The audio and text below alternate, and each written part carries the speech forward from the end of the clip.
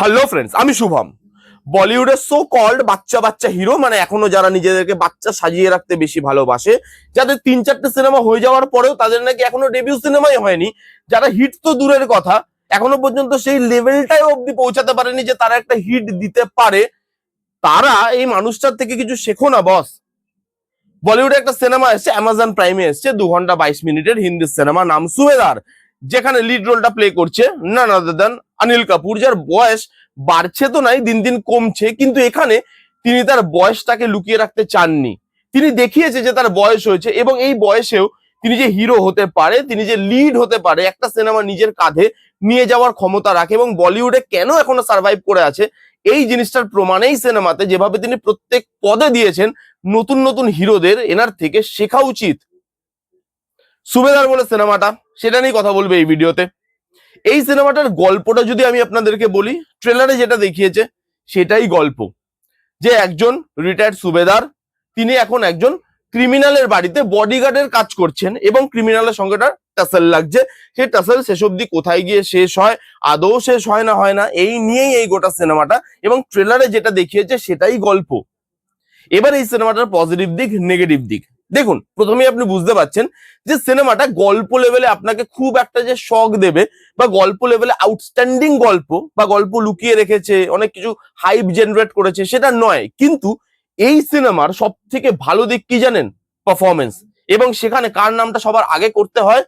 অনিল কাপুর, যিনি এখানে যেভাবে পারফর্ম করেছে, তাকে যেভাবে প্রেজেন্ট করা হয়েছে, সেটা আউটস্ট্যান্ডিং। হ্যাঁ, তাকে দেখলে এক এক জায়গায় অবভিয়াসলি জেলারের রজনীকান্ত স্যারের মতো লাগে ঠিকই, কিন্তু তার যে সোয়াগ, তার যে চুপ করে থাকা, নিজের মধ্যে রাগটাকে যে নিয়ে আসা এবং যখন বাস্ট হচ্ছে সেইটাকে যেভাবে দেখানো, এই বয়সে যেভাবে অ্যাকশন করছে, সেই অ্যাকশন সিকোয়েন্স গুলোকে যেভাবে ডিজাইন করা হয়েছে, যেভাবে তিনি এখনো তার ফিজিক মেনটেন করেছেন, এই ক্যারেক্টারটাকে যেভাবে প্লে করেছে, সেটা সত্যি আপনাকে ভাবতে বাধ্য করবে যে এই বয়সেও একটা মানুষের ফিটনেস কতটা, একটা মানুষের ডেডিকেশন কতটা, যে এরকম ধরনের ক্যারেক্টার প্লে করতে পারে। অনিল কাপুর আউটস্ট্যান্ডিং এবং এই সিনেমার ব্যাকবোন। তার সঙ্গে মোনা সিং থেকে শুরু করে যতজন ছিল, ফয়সাল মালিক আমাদের প্রহ্লাদ চা পঞ্চায়েতে তার ছোট জায়গায় তিনি ভালো রোল করেছে, এখানে আমাদের সৌরভ শুক্লা তিনি খুব ভালো রোল করেছে, তার পোর্শনে খুব ছোট ছিল।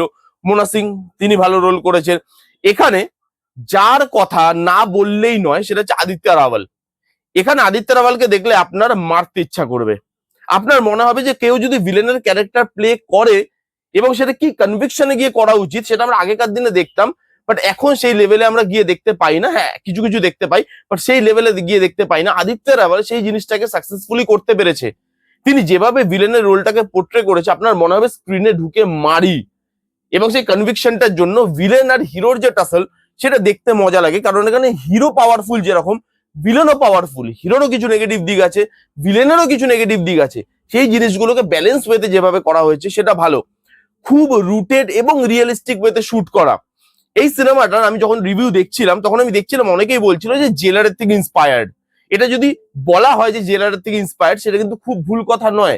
কিন্তু একটা বেসিক পার্থক্য আছে জেলারের থেকে, সেটা হচ্ছে জেলার না খুব সিনেম্যাটিক, খুব মাসি।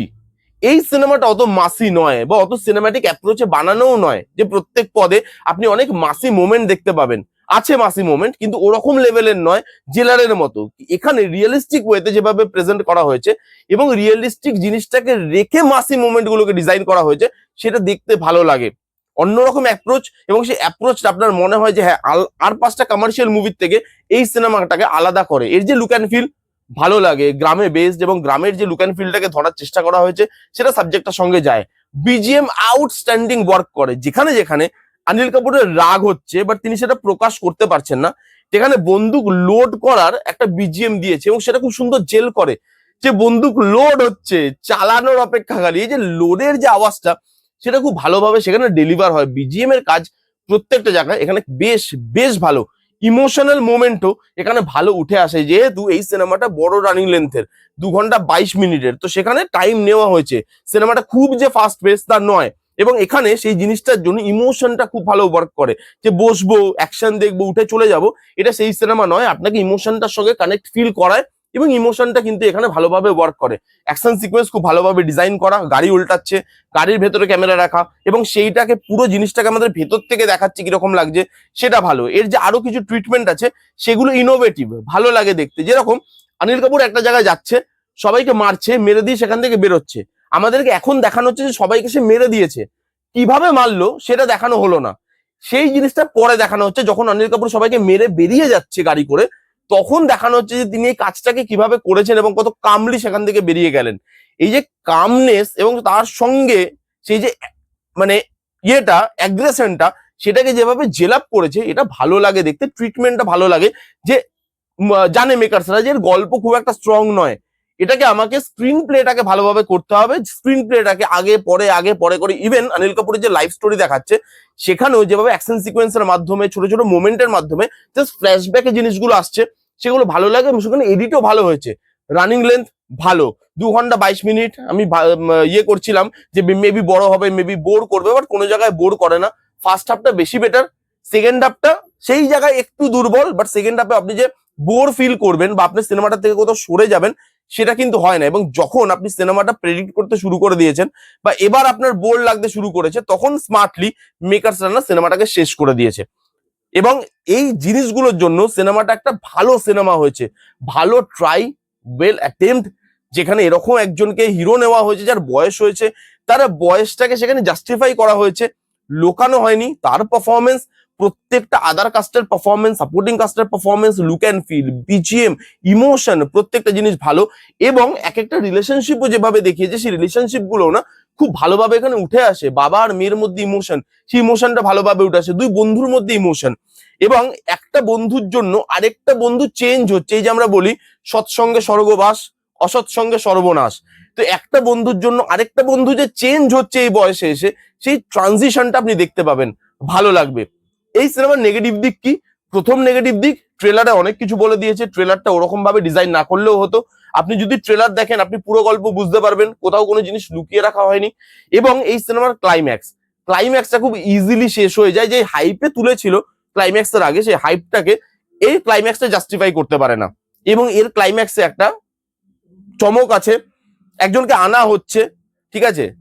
তো এই ক্যামিওটা আপনার কোথাও গিয়ে মনে হবে যে জেল করছে না, ক্যামিওটা ফোর্সফুল বলে মনে হবে যে জেলার এরকম একটা ক্যামিও ছিল, এরকম অনেক ক্যামিও ছিল, তাই এখানে আনা হচ্ছে। কিছু কিছু সিন যেগুলো জেলারের মতো করেই ডিজাইন করা, একটা জায়গায় অনিল কাপুর বাড়ির গেটের সামনে বসছে বন্দুকটা নিয়ে, জেলারের কথা মনে করাবে।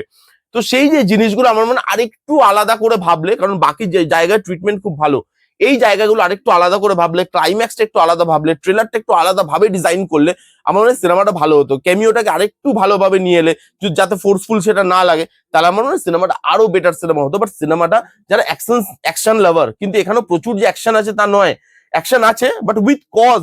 এরকম নয় যে ভায়োলেন্স দেখাচ্ছে, অ্যাকশন দেখাচ্ছে, গালাগালি দেখাচ্ছে এবং সেটা আননেসেসারি। এখন হয় ভায়োলেন্স চলছে, গালাগালি চলছে, তাই আমি দেখিয়ে দিলাম, সেটা নয়। ওই জিনিসগুলো কিন্তু আসছে এবং সেটা উইথ কজ আসছে, যার জন্য দেখতে ভালো লাগছে। তো যারা অ্যাকশন সিনেমার ফ্যান, অনিল কাপুরকে দেখতে চান, আলাদা একটা সোয়াগের মধ্যে দিয়ে মানে যেতে চান এবং ভালো একটা এন্টারটেইনিং সিনেমা দেখতে চান, তারা এই সিনেমাটা দেখতে পারেন, ভালো লাগবে। ফ্যামিলি নিয়েও বসে দেখতে পারেন, গালাগালি আছে, ভায়োলেন্স আছে, বাচ্চারা একটু দূরে থাকলেই ভালো হয়।